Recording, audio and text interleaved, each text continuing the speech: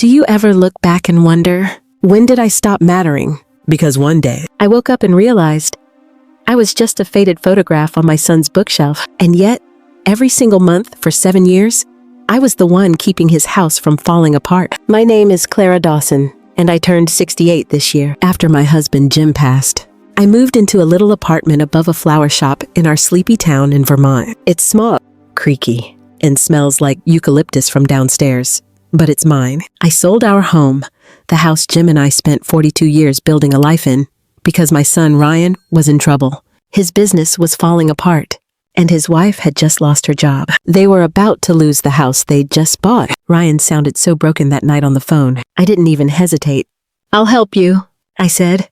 But I didn't just give them the down payment. I went further. I took the insurance money Jim left me and set up a private account, one that would pay Ryan's $200 mortgage every single month. I never told anyone, not even my best friend Carol. I told myself it was temporary. 6 months, maybe a year, I thought. But months became years, and I kept paying, quietly, automatically, like it was just one more duty I owed the world. While they built a life in that beautiful 2-story house, with the porch swing and maple trees out front, I stayed tucked away in my upstairs apartment, with my secondhand recliner and flickering stove light. I told myself I didn't need more. Whenever Ryan remembered to visit, twice a year, sometimes less, I'd make his favorite lemon bars and pretend my heart didn't ache when he left early. "Thanks, Mom," he'd say. And that was enough, or so I thought, because deep down, I believed that all this silent giving meant something, that someday it would matter, that I would matter. I didn't know it yet. But everything was about to break, and it would start with 7 words spoken by my only son. On the one day I dared to hope for something more. I had spent days planning that birthday, just a small gathering in the backyard of Ryan's house, the very house I helped him keep. I baked my lemon bars from scratch, made his favorite roast chicken, even ironed the tablecloth he used at his wedding. I wanted the evening to feel whole, family, laughter, a little bit of warmth I hadn't felt in a long time. For a moment, it worked. His kids hugged me. His wife smiled politely, and the breeze coming off the lake carried the sound of music and clinking glasses. Then the cake came out. They sang. I blew out the candles. And before I could say anything, I saw Ryan whisper something to his wife. She frowned. I thought nothing of it, until I tried to say a few words. "I just wanted to say thank you," I began. "It's been a hard few years, but I'm so grateful to still be here. Maybe, just maybe, this next year, I'll finally take that trip to see the Grand Canyon. Something for me." For once, that's when he said it. Loud enough for everyone to hear. His tone light, like a joke. But it wasn't. "Might be time to stop dreaming. Mom, you're not exactly useful anymore. You're kind of a burden now." No one laughed. Not his wife, not the kids, not even the wind dared to move. Just silence, long and cruel. I stood there, candle wax still soft on the cake, smile frozen on my face. I couldn't even speak. My throat had gone dry, and my heart was pounding like it was trying to run away from my body. Ryan didn't even look at me after. He walked back inside to grab a beer. That was it. And I just started collecting empty plates, quietly, like I'd done my whole life. Later that night, I stood in front of the bathroom mirror, still wearing the same earrings Jim gave me 30 years ago. I stared at the woman looking back at me and asked, "When did I disappear?" And now, if you've ever felt like someone made you invisible after everything you gave, I'd really like to hear your story. You don't have to share your name. Just tell me where you're watching from in the comments. Because no one deserves to feel that kind of silence alone. That night, I didn't cry. Not yet. That would come tomorrow, along with something else I hadn't felt in years. Resolve. The next morning, I woke up earlier than usual, not because I slept well. I barely did. But because my body is used to the habit of making breakfast for people who never stay long enough to eat it. I stood at my kitchen window, watching the fog roll across the lake behind the apartment complex. Just stillness, and the sound of birds who didn't know anything about shame. The leftovers from last night were packed neatly in containers. No one had offered to take them. No one had said thank you. I opened my laptop, logged into the bank account I hadn't touched manually in years. The one linked to Ryan's mortgage. The next payment, $200, was scheduled for 3 days from now. Just like always, Automatic. Predictable. Invisible. I stared at it for a long time. My finger hovered over the cancel button. But I couldn't do it. Not yet. Not because I didn't want to, but because I realized he didn't even know. Ryan had no idea I was paying that mortgage. He never asked. Never once said, "Hey, Mom, how are you managing?" He probably thought some bank fairy kept that house warm and paid for. That hit me harder than his words the night before. Because if he didn't know, then who had I been doing this for? Certainly not for me. I hadn't taken a vacation in over a decade. I wore the same coat I'd had since gym pass. I skipped dental checkups to keep the account padded. And now, the boy I rocked to sleep through fevers, the man I sold my home for, had looked me in the eye and said I was a burden. Do you know what it feels like to be erased? Not just forgotten, but rewritten as something disposable. I didn't tell anyone what happened that night. Not Carol. Not the girls at the community center, because part of me still hoped it would blow over. That Ryan would call, that he'd say, "I didn't mean it, Mom," but he didn't. Not that day, not the next. And as each hour passed in silence, I realized something terrifying. He didn't feel bad, because to him, I had already stopped mattering.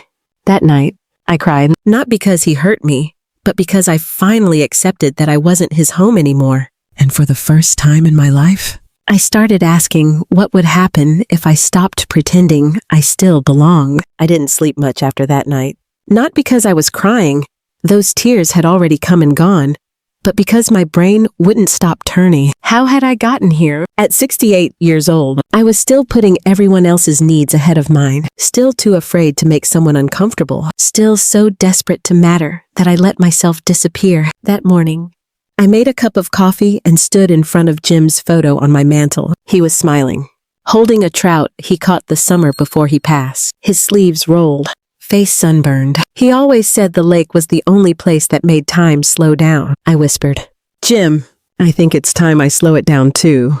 Then I picked up the phone and called the bank. "Mrs. Dawson, are you sure you want to suspend the automatic payments?" the woman asked. Polite, but hesitant. "Yes," I said, my voice steadier than I expected. "I'm quite sure. It's time for a change." I hung up, and the silence in my little apartment felt different. Not empty, not lonely, just quiet, like I'd taken the first breath after being underwater too long.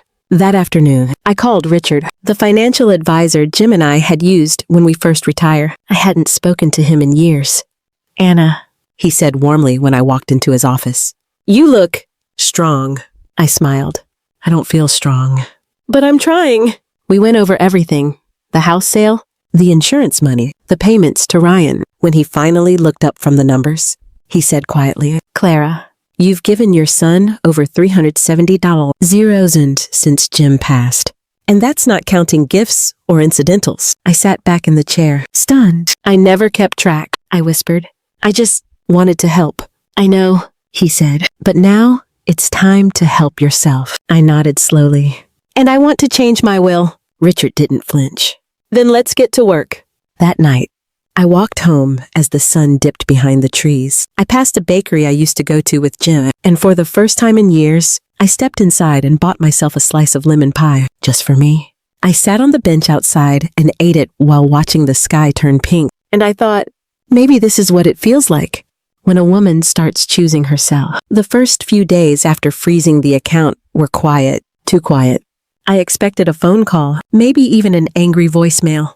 But there was nothing, just the ticking of the old kitchen clock and the hum of my refrigerator. Then, 4 days later, my phone finally rang. "Ryan."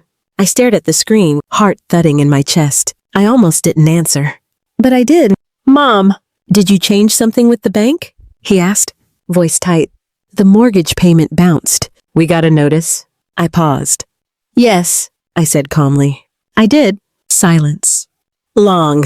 Stiff. "Why?" he finally said. I took a breath. "Because I've been paying that mortgage for 7 years. "Ryan." Quietly.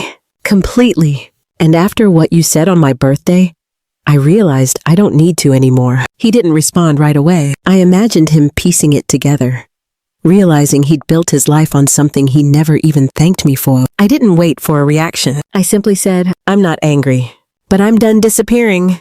And then I hung up. That evening, I opened the old cedar box at the bottom of my closet. Inside were maps Jim and I had kept of all the places we wanted to visit. Yosemite, Glacier, the Grand Canyon. I unfolded the one of the Southwest, traced the rim of the canyon with my finger, and said aloud, "It's not too late." The next morning, I called a travel agent, booked a trip.